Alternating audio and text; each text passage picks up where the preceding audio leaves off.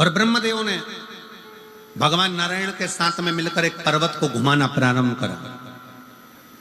पर्वत को घुमाते घुमाते उस पर्वत ने एक लिंग की आकृति उत्पन्न कर ली और वह अग्नि का एक खंभ प्रकट हो गया। जैसे ही लिंग की आकृति प्रकट हुई, भगवान शंकर उस लिंग की आकृति में से प्रकट होकर कहते हैं, ब्रह्मा और विष्णु, तुमने मुझे प्रकट किया है।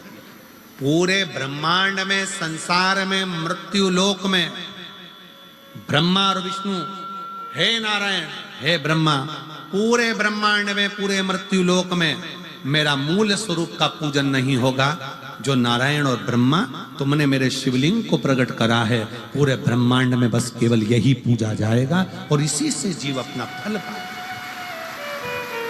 इसी से जीव।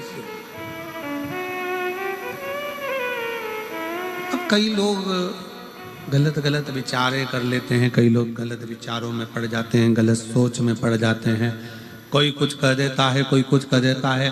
कोई कहता है शंकर जी पे चढ़ा हुआ जल मत पियो, कोई कहेगा बेलपत्र मत खाओ, कोई कहेगा ये मत करो। पर शिव महापुराण की कथा, गीता प्रेस गोरखपुर की लेकर आओ, अपने घर में बैठकर चैन से आराम से पढ़ो कि वो सियोर वाला महाराज कहीं झूठ तो नहीं बोल रहा। पढ़ना चाहिए। आप लोग शिव महापुराण की कथा सुनते हो तो थोड़ा अगर विश्वास है तो एक आधा पढ़ो कि जितनी जितनी चीजें सियोर वाला महाराज व्यासपीठ पर बैठ के बताए कि दुर्वा का ऐसा प्रयोग करो, काली मिर्ची ऐसे चढ़ाओ, बेलपत्र ऐसे चढ़ाओ, बेलपत्र का प्रयोग ऐसे करो, इस तरह से भगवान की भक्ति करो, ये शंकर जी पे चढ़ा हुआ जल का आचमन करो, बेलपत्र को प्रसाद के रूप में पाओ। शिव महापुराण की कथा यहां तक कहती है कि केवल 33 कोटि देवता में एक देव महादेव केवल एक ऐसे हैं जिनका प्रसाद हाथ में आते से ही पाना पड़ता है, पूरी रात रखा भी नहीं जाता, देरी नहीं करी जाती।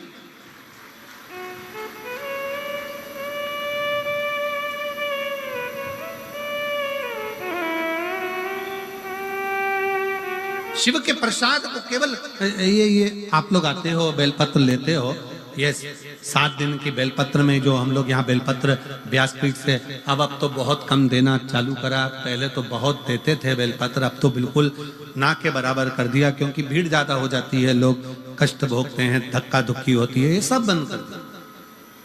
पर क्या है बेलपत्र का महत्व? कभी शिव महापुराण का कुमार खंड पढ़ेंगे तो उसमें वर्णन मिलेगा कि शिव पोथी की चढ़ी हुई बेलपत्र 6 दिवस तक अगर लगातार कैसा भी शरीर में कष्ट हो उसका निवारण कर ही देता है। और 7वें दिन का बेलपत्र लक्ष्मी की वृद्धि करने वाला होता है, इसलिए इसको संभाल कर रखा जाता है। यह बेलपत्र की महत्वता, इसको रात भर रखते ही नहीं है, इसको तो पा लिया जाए, उसको अपने जीवन में उतारा जाए। इस बेलपत्र की महत्वता कुछ जान गया। आए कल हमारे गोविंद जी कह रहे थे, कुछ लोग पैदल चलकर शायद 50 किलोमीटर दूर से आए हुए। कहाँ बैठे हैं वो लोग? कहीं बैठे हैं? आ जाओ एक बार, आ जाओ आ जाओ आ जाओ। कहाँ से आए हैं लोग गोविंद जी? हैदराबाद, अहमदाबाद, अच्छा अच्छा। वहां से 50 किलोमीटर दूर से बाबा की ध्वजा लेकर भगवान शंकर की कथा श्रवण करने के लिए पैदल पैदल चलकर आए हैं। एक बार जोरदार ताली बजाओ इनके लिए। साधु था। 50 किलोमीटर दूर से पैदल पैदल चलते हुए शिव नाम लेते लेते, भगवान का उच्चारण करते करते, शिव तत्व को धारण करते करते यहाँ पहुंचे। कितना विश्वास। और कई लोग ऐसे भी होंगे सिरसा के जो अपना घर नजदीक में होने के बाद भी देवाधिदेव महादेव की शरणागति में नहीं पहुंच पाते होंगे, पर बाबा उसी को बुलाता है कुबेर भंडारी, मेरा कुबेरेश्वर महादेव। शिव महापुराण में उसी को बुलाएगा जिसकी झोली उसको 3 महीने में भरना होगी, नहीं तो वो दरवाजे तक भी नहीं बुलाएगा ही उसी को जिसको देना।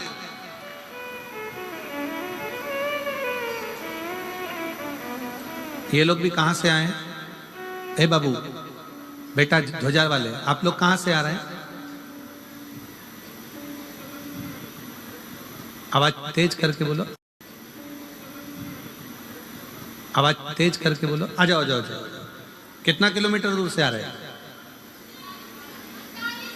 48 किलोमीटर दूर से पैदल चलकर आ रहे हैं शिव महापुराण की कथा सुनने। राजा तो आई ध्वजा ले लो, दे दो।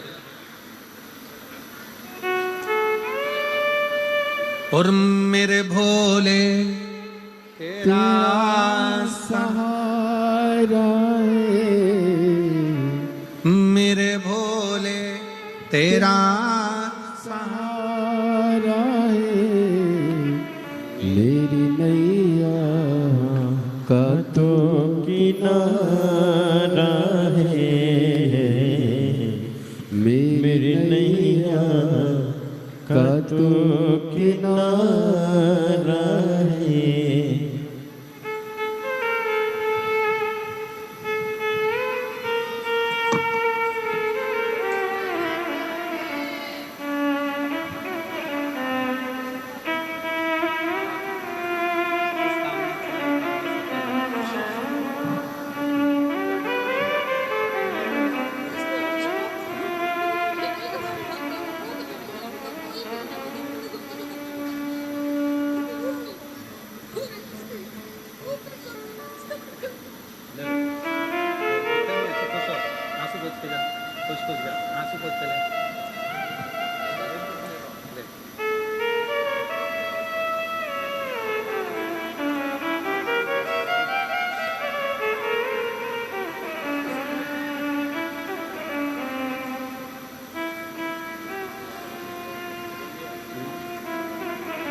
48 किलोमीटर से आप पैदल आ रहे हैं। कौन सा बनमंडोरी से पैदल चलकर आप लोग पहुंचे हैं। एक बार जोरदार ताली बजाइए।